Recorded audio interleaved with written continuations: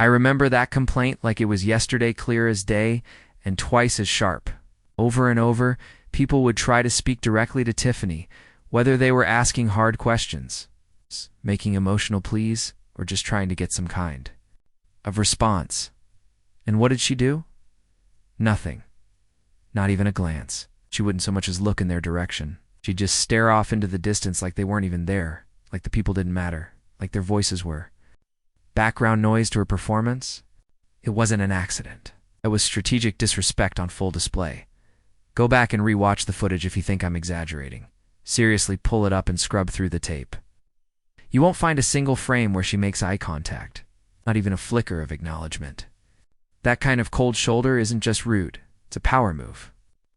It's a form of psychological warfare wrapped in a politician's smile. She weaponized silence. That wasn't politics as usual, that was emotional manipulation. And it worked until it didn't. Now say it with your chest, baby. Say it like you mean it, because some of y'all be doing the most. The desperation is so loud, I swear it echoes. It's giving Sahara Desert levels of thirst, and people see it. Just look around, watch this one woman in the crowd cracking up because she knows exactly what I'm talking about. No words needed. The energy, instant recognition. She's been watching these clowns play the game long enough to spot the foolery before it starts. Let's talk about Babe Solo. Yeah, the name probably rings a bell. It should. She's been spinning around everybody's live chats like a fidget spinner on Red Bull. 1 minute, she's in this creator's corner. The next, she's swinging into the enemy camp, pretending she just stumbled in. And now, out of nowhere, she's got her own little channel and suddenly wants to rebrand like we all forgot where she came from. It's like we don't remember that. Username, please. Let me tell you why I keep my moderator circle tight. Real tight. You notice how I barely have any? It's by design, not accident. Because people like Babe Solo move funny. She'll be a mod on channels that don't even mess with each other. Like, what are you doing? It's playing referee in a game that's not yours. This ain't dodgeball, sis. It's shady behavior. That's someone chasing status, not supporting. Community. Red flag. Big one. She'll be sliding into every live like, can I be a mod? Girl, calm down. Why are you so pressed for a wrench? Why the obsession with silencing folks? Like, do you need that kind of control that badly? Anytime someone's that eager to get moderator powers, I immediately sedie them.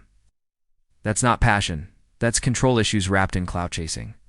I see it from a mile away and I don't play those games. And now here she is, sitting in the audience with that little bucket hat pulled low, acting like nobody sees her. Ma'am, your whole energy is clocked. Vivian saw it too. The second she got called out, she transformed into a statue. Just didn't blink, didn't twitch, just froze. That's classic Tiffany energy.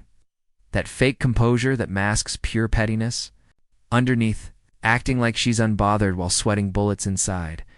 You could feel it in the room. Everyone heard the speaker. Everyone knew who was being addressed. But she refused to move, refused to acknowledge it. Like this was some kind of Shakespearean play, and she was method acting. Look, this ain't House of the Dragon. This is real life. And in real life, when someone challenges you face to face and you can't even look them in the eye, silence screams guilt. And let me be clear-eyed, don't forget stuff like that. You've got a memory like a steel trap when it comes to people's behavior. The same ones who used to cry about being dismissed and silenced are now the ones doing the exact same thing to others. They've jumped platforms, changed tones, and suddenly think they're unrecognizable. But trust me, we see you. We got screenshots, we got receipts. We're not afraid to hold them up when needed.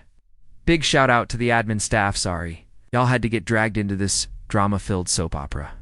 But when it starts to look like Tiffany, the sequel, we have no choice but to speak up. Because why is it always the same ones? The ones who smile in your face, mute your mic behind your back, and then act shocked when you call them out. The patterns don't lie. Neither do the people paying attention. There are a few things worse than a full-grown hypocrite. And let me tell you something real when you know you're wrong. Someone confronts you with the truth, eye contact becomes a mirror. That's why they avoid it. Because in that split second, they'd have to face what they've done. Accountability. Has a face end, it looks a lot like the people they ignore. That silence, it ain't strength. It's fear. Fear of being exposed. Fear of having to own the damage. It's almost funny when you think about it. That woman stood up, spoke her truth.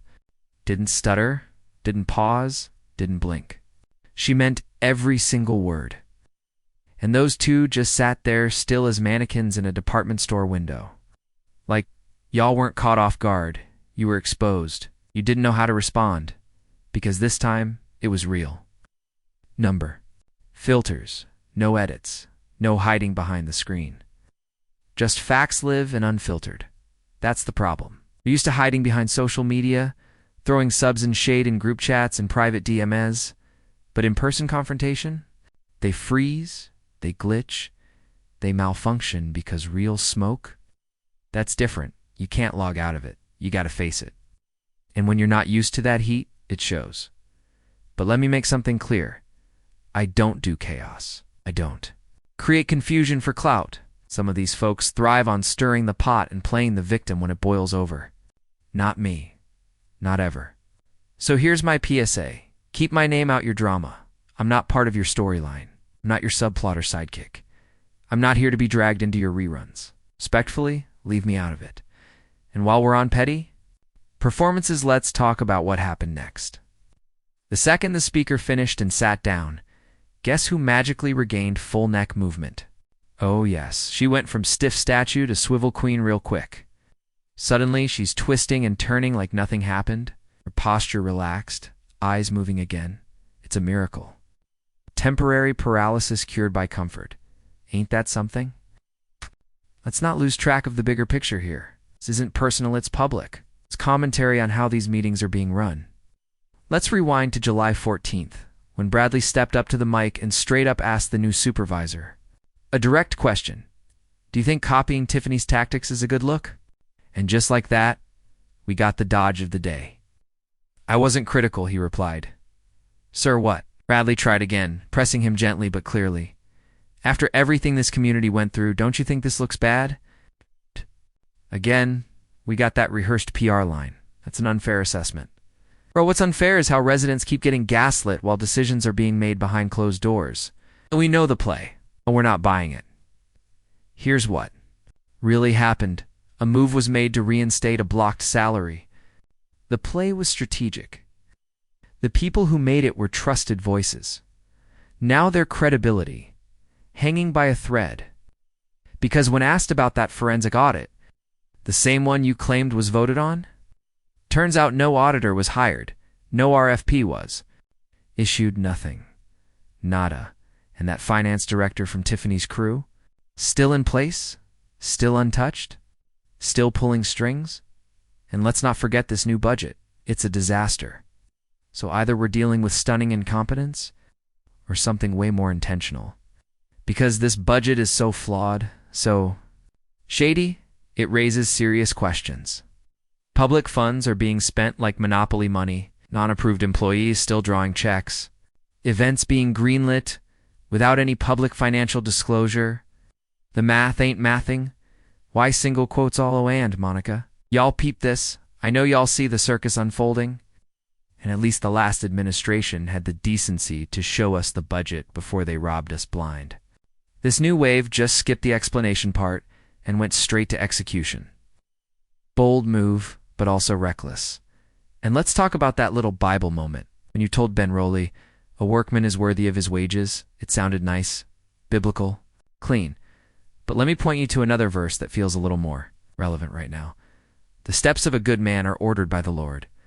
So let's look at those steps, because from this view, they're not looking divine, they're looking suspect. I want to check that reflection twice. And to the rest of the board, don't forget why you're sitting in those chairs. Weren't carried in on Napoleon's shoulders. You were elected, independently, which means you're accountable not just to him, but to the people. So ask yourself, are you here to serve or to be seen? Is it about the mission? Moment? Because right now, you're blending into the background for all the wrong reasons. That speaker ended on a mic drop moment. And it's been living rent-free in my head ever since, because we already know what Napoleon's about.